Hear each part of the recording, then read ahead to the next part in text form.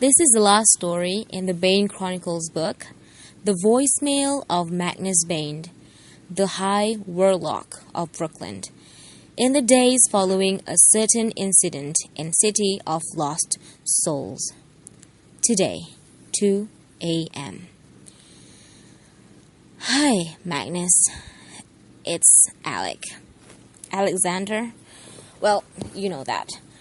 I'm just calling because I think we need to talk. I guess you're busy. Call me back. Okay? Beep. Today, 2:10 a.m. Hi, Magnus. This is Isabel Lightwood. There seems to have been a small misunderstanding. My brother came home under an impression I'm sure is totally mistaken. Call me, or else, and let's get this cleared up. I don't know why I said or else. We're all friends here. Beep. Today, 2:35 a.m. Isabel speaking. Maybe there hasn't been a misunderstanding. Maybe you just made a terrible error. That's okay. People make mistakes. All they have to do is grovel and beg for forgiveness, and then all is well. That's how it can be. I'm prepared to let this go. This once, Magnus. Beep. Today, 3 a.m. Isabel, let me just follow up by describing what a big mistake you would be making if you broke up with Alec. The Lightwoods are seriously hot people. Some people say the Herondales used to be hot, but think about it. Not only do we outnumber them, but we took their last hottie and we made him ours. Obviously, we won the victory. I have looked back on portraits of our ancestors. Gabriel Lightwood was notably smoking. It is rumored that one consul agreed with everything my great-great-aunt Felicia Lightwood ever said. Because when she spoke, all he heard was, Foxy, Foxy, Foxy. If you broke up with Alec, you might not only be losing one stone called Fox, but a family of foxes. I will pass down the word to my children's children. No Lightwood is ever going to so much as wink at you in a bar. Think about that. Think about being Lightwood list and lonely 500 years from now in a sad and chilly nightclub on the moon. Beep. Today, 11 a.m. Hi, it's Alec. I guess you're still busy. That's okay. I know you have a lot of things to do. Just call me back when you're free. Whenever you're free, it doesn't matter the time. I'll be awake. I really want to talk to you. Beep. Today, 2:30 p.m. Hello, Mr. Bane. This is Hadrian Industry. We're calling to engage your services for a simple ritual in the same vein as the one you performed for us last February. We would like you to bring a crate of horned toads with you. We shall, of course, compensate you for the toads. Beep. Today, 5:14 p.m. Ow! Ow, stupid cat. You told me, stop calling, Isabel, but I'm not the one calling you. Church is calling you. Mine are merely the fingers that works on the phone. See, here's something you may not have known before you committed your recent rash acts. Our cat, Church, and your cat, Sherman Meow, they're in love. I've never seen such love before. I never knew such love could exist in the heart of a cat. Some people say that love between two dude cats is wrong, but I think it's beautiful. Love make church happier than I've ever seen him. Nothing make him happy like Chairman Meow. Not tuna. Not shredding century-old tapestry. Nothing. Please don't keep these cats apart. Please don't take the joy of love away from church. Look, this is really just a warning for your own good. If you keep church and Chairman Meow apart, church will start to get angry. You wouldn't like church when he's angry. Beep. Today, 6 p.m. Hi Magnus, this is Clary. Nobody told me to make this phone call. Isabel did ask me to call you, but I said no. And she doesn't know I'm making this one. Honestly, when I first met Alec, I thought he was really horrible. Admittedly, I was a little off my game. With finding out about magic worlds and mom being kidnapped. That was a bad time, but Alec still was really not my favorite person. He was a jerk, but he wasn't a jerk because he's a bad guy. He was a jerk because he was unhappy. And he felt like he had to pretend to be someone he wasn't.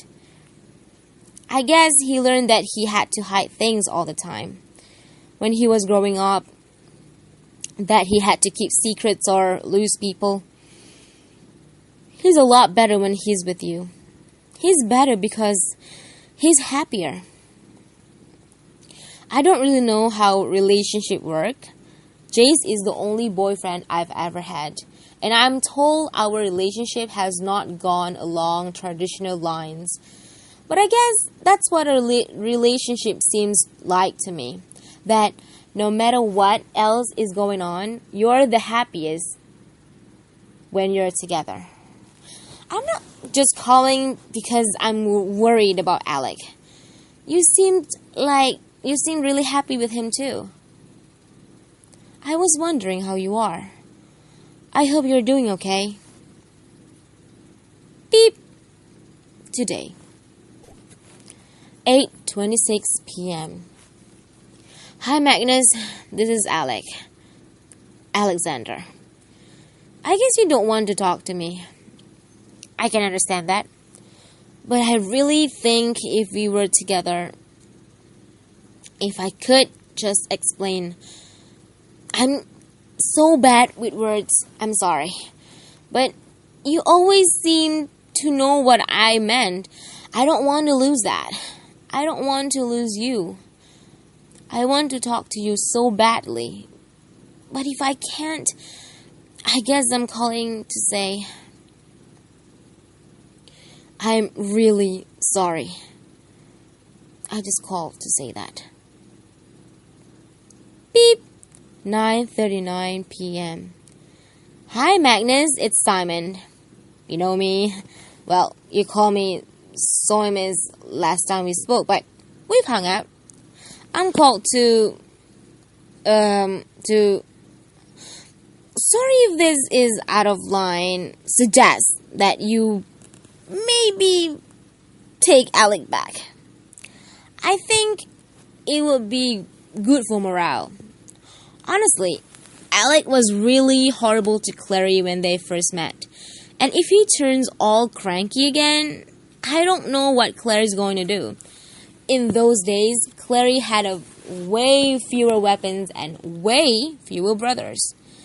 This time, it's different. Her boyfriend is on fire, she's got enough problems. I guess what I'm saying is that we'd all appreciate it if you took one for the team. Not that I'm part of a Shadowhunter team. Shadowhunter don't let vampires join the team. This message probably seems selfish, but it seems selfish and also crazy. I honestly do feel bad for Alec. He's a good guy, much less annoying than Jace. I've always felt like, given the opportunity, we could be friends. Maybe bros. Maybe we could be bros who shoot arrows together. It may at this point be obvious that Isabel forced me to make this phone call.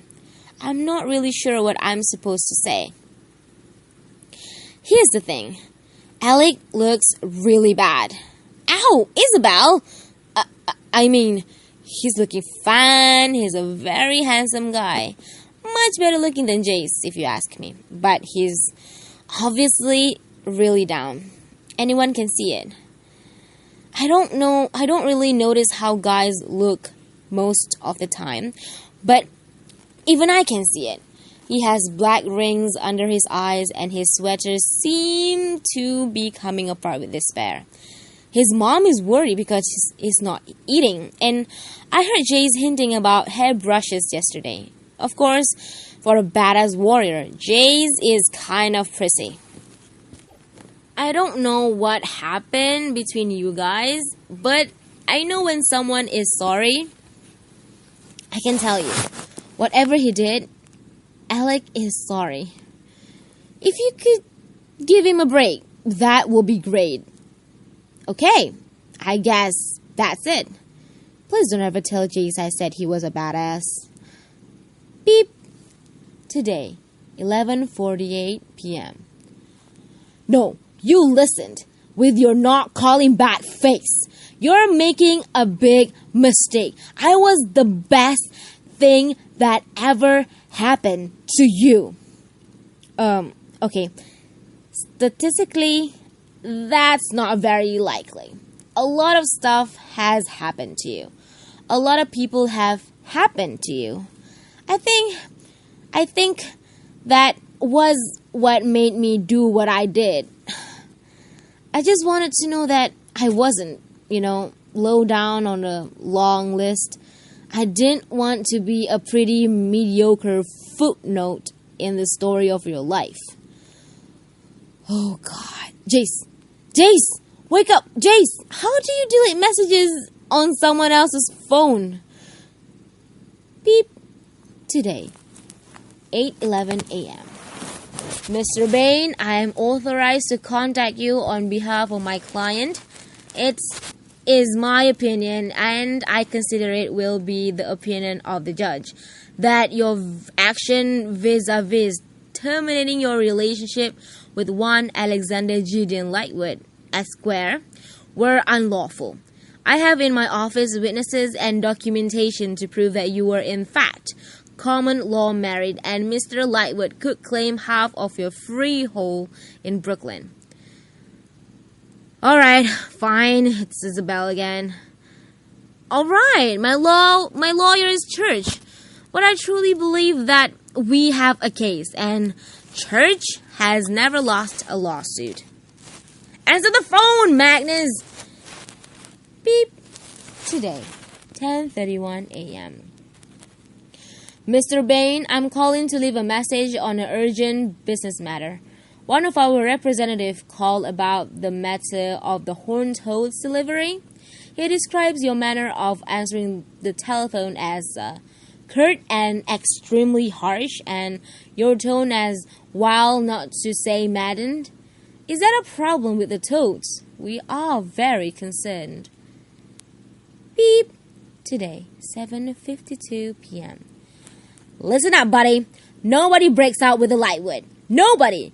Melion thought that he could tell his fairy buddies over cups of meat that he broken up with me. And all I'm saying that is that Melion hasn't seen his fairy steed in a while. Once the guy visited the institute and thought he could leave a Dear Jane letter for me as he walked out the door. Jace found the letter. 10 minutes later, that guy had a broken wrist and a concussion. And then I let Jace at him. This is Isabel, by the way. Beep. Today, 8:01 p.m. Hello, Bane. Magnus. Greeting, Magnus Bane, High Warlock of Brooklyn, from Maurice Lightwood of the New York Institute. Head of the New York Institute. I'm totally the head, and I'm calling on Shadowhunter business, because I am in charge of all Shadowhunter business. The matter on which I am calling is a complex one. Too complex to be discussed over the phone. I think, upon consideration, that it will be best if you visited the Institute so we could discuss this in person. Please do not misunderstand me. This is a professional phone call about a purely business matter. I am simply intent on important shadow hunter business. You would naturally be welcome to stay for tea or and social conversation with whatever member of the institute might happen to be present at the time of your visit. After we conclude our business, of course. Beep. Today, 10:29 p.m. Greeting to High Warlock, Magnus Bane from the New York Werewolf Clan. This is Maya Roberts. Luke would have called, but he's in the bathroom. What? Shut up! He's been in the bathroom for a really long time, okay? We think it might be food poisoning. He's been in the bathroom for so long that we'd believe that he is no longer our leader. Anyway, the werewolves would like to visit with you. You know, just one of those friendly werewolf on warlock visits. And whoever else happened to show up at the meeting. I just want to say for the record that this is stupid and he's never going to buy it. Beep. Today, 10:06 a.m. I'm outside your door, Magnus. I'm gonna break it down. I would have already broken it down if you hadn't put up stupid warlock spells like a stupid warlock cheater. Answer the door right now or I'll kill you. I know you're in there. I know you broke my brother's heart. I'm not going to stand for it. Answer the door right now so I can kill you. Beep. Today, 2:33 a.m. Greetings, Magnus Bane, High Warlock of Brooklyn, from Rafael Santiago of the New York Vampire Clan, loyal servant of our glorious Queen Maureen. Forever may she reign in dark glory. And the future Prince Consort Simon, Babylicious Rock God. We have to begin all our telephone calls in this manner now, including our nightly call to a place called Hot Topic. It would be needless to state, after this introduction, that I consider myself a damned soul. I'm contacting you because our queen wished to send a summon to the shiny man who is Simon's friend. That is a quote. She added that she supports you and she is a fan of much yaoi manga. I had no idea what that means and I never wished to know. While I'm on the phone, Lily happened to overhear some not terribly interesting conversation at Taki's between several melodramatic teenagers of your acquaintance. Imagine my surprise when I learned that the ill-advised relationship between yourself and an excessively young male shadow hunter has been abruptly and unpleasantly concluded. I wanted to inform you that your esteemed colleague Ragnar Fell now owes me $10 due to a small bet that we made amongst ourselves on the subject of how that absurd liaison would end. Of course, Ragnar would never pay me my $10 because he was murdered by the Nephilim due to a conflict between Nephilim that downworlders were for some reason embroiled in. Just like the conflict we are currently having. So, I suppose you could say that Ragnar died for nothing. Shadowhunter. Could their new motto be something like, not worth the bother? Beep. Today, 11:23 a.m. Hi Magnus, this is Isabel. I'm calling to apologize for attempting to break down your door for the phone calls and visits that I've been told might have counted as harassment, and for describing you to all your neighbors as a filthy, downworlder love weasel.